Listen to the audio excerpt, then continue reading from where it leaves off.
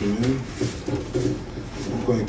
I'm going to read for about 25 minutes, I think. I'm going to keep in mind the theme, work writing, which I didn't really understand. Just when I started hanging around Vancouver, they were doing, the work writers were doing quite a lot of reading around at that time.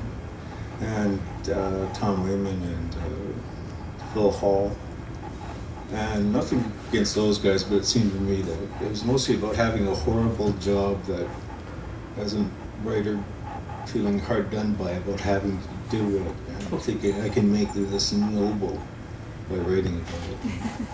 I never went for that. I didn't want to read it.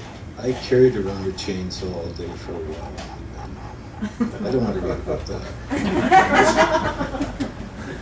And so, most of the stuff I'm going to read today is stuff that I worked on a while ago. I had a Canada Council grant, which is a work, I guess. And, this was the stuff I was working on for them that I recently reworked.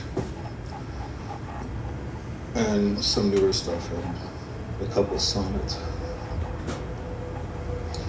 A crow dropped from a camouflage branch of a cypress and snatched buttered bread from a child's hand while father's back was turned to throw birdseed into the opaque pond. The duck sorted for sunflower and let the rest sink. An ugly old swan tried to kidnap a chick. A pollen-addled bee crashed into one of the sodden monuments. The sun was strong but not reliable. One cloud would get under another, and it was as good as an eclipse. A strong wind, made by spirits, blew the clouds away. A young eagle chased a heron chick into the thick part of the foliage. Two crows bother an owl, sort of. The pool was shallow, and the ducks, who seemed to be floating slowly, were standing on rocks. Many could only reach so far to bite another on the wing. The winter blossomed so bright, the petals veined like filament in incandescent light. I put on my sunglasses. "You are just a black crow," I told a seagull who edited me with a guffaw. "I missed you, birds," Jan promised, to squat on the duck platform by the bridge and the willow tree calling. "Did you miss me?" It was cool and clear, and the trees flickered with winter. "We haven't been here for over a year this time," I, leaning over her reflection, said. "We aren't the same birds." "They remember me," Jan said, "anyway." Christmas tree, cannabis resin, jingle, jangle, jingle on a gentle breeze from somewhere. "I'll see them again next spring," Jan said as we tripped along the path. "They'll be different birds," I said.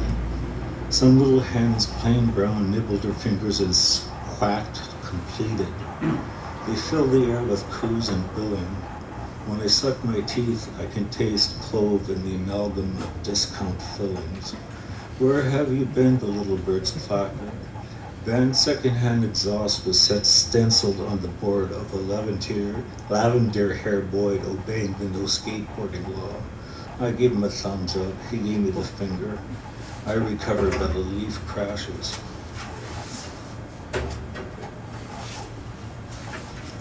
Lastly, Jan said, if women were attracted to insane men, it was only that in their isolated hearts they knew that a man who would not kill for them was of no use at all. More birds were provoked than I imagined were in the trees. Prolonged run-out squeaky chirps, and in the common starlight thrush called out derisive ha-ha. The sky was blue, then pale blue, then pale. That must be last night's moon. It was too early for it to be tonight's. I looked out at the inner harbor, which you really can't see from Beacon Hill. The northwest passes it out, but the great southern continent has never been entirely discounted.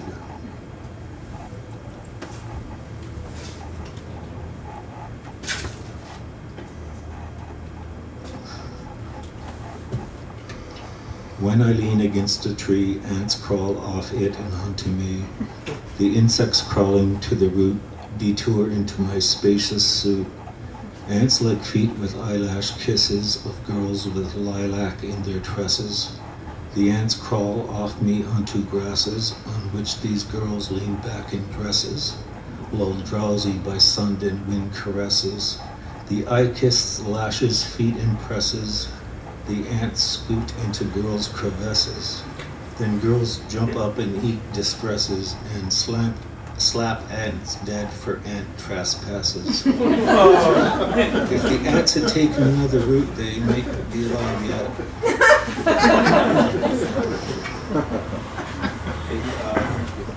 Word stuff. In 1996, this was the only real writing job I had for money. I wrote a paper for some Consumer Advocate Society, and it was $8,000 for, no, it was $4,000. It was $4,000 for 8 weeks' work, which is, you know, it's money straight up, and that I never pay taxes on. So this is a paper that when I give it to the psychologist who hired me, he said, "Oh, this is probably going into a drawer."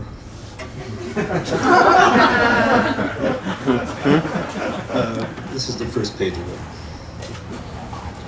The homeless and underhoused who are also mentally ill generally can't advocate for themselves.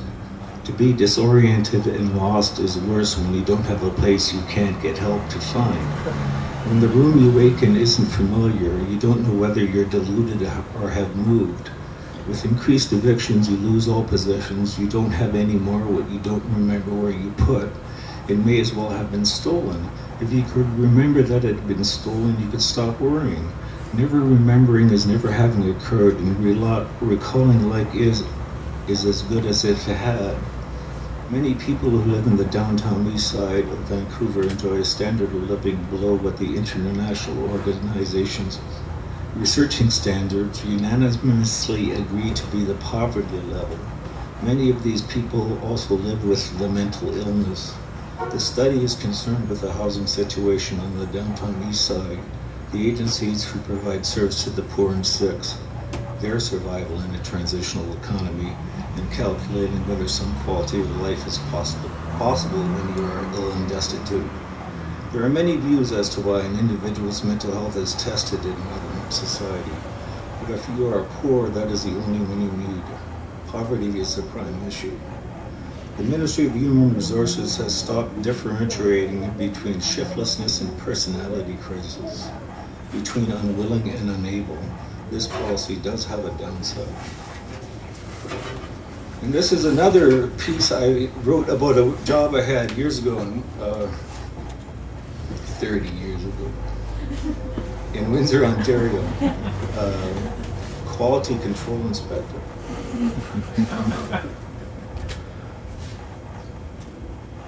At an auto accessory place. Spent the day sorting iron filings. After a while, you can't tell them apart.